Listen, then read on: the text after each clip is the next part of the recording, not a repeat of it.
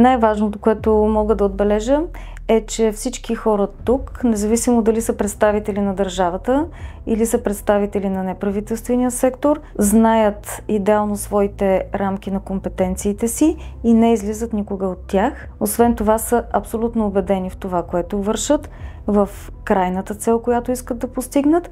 И не на последно място, всички те работят в един невероятен емоционален, професионален комфорт, което дава и своите резултати в края на техния труд. Винаги всяко нещо може да бъде приложимо, щом един път някой човек го е постигнал, ще може да го постигне и всеки друг. Въпросът е, че този някой друг трябва да го иска, трябва да положи малко усилия да го постигне и съответно да вярва в това, което прави.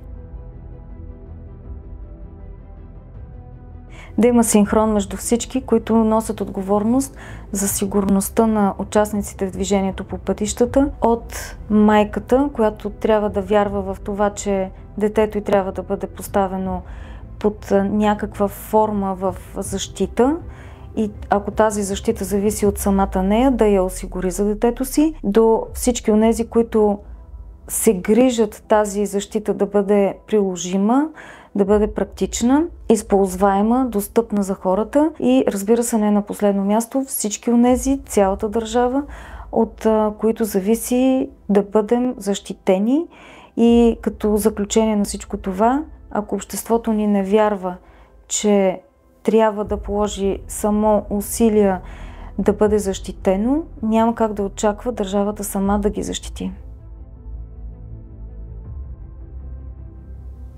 Това може би е най-тежкият въпрос, който може човек от моята позиция да каже, но може би най-тежкото наказание за всеки един родител, който не се е погрижил за детето си, да бъде получено чрез една законодателна промяна, без значение в какво изражение ще бъде, но при всички случаи с завишаване на размера на наказанията. Нещо, което всички ние видяхме, че в Норвегия съвсем не е проблем.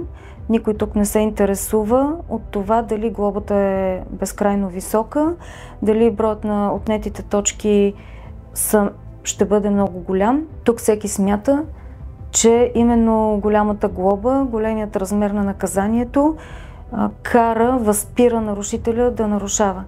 А когато се касае за детския живот, не трябва да ни спира нищо, ние трябва да го защитим. Да мислят за безопасността си, да мислят за това, че тяхната безопасност е безопасността и на останалите.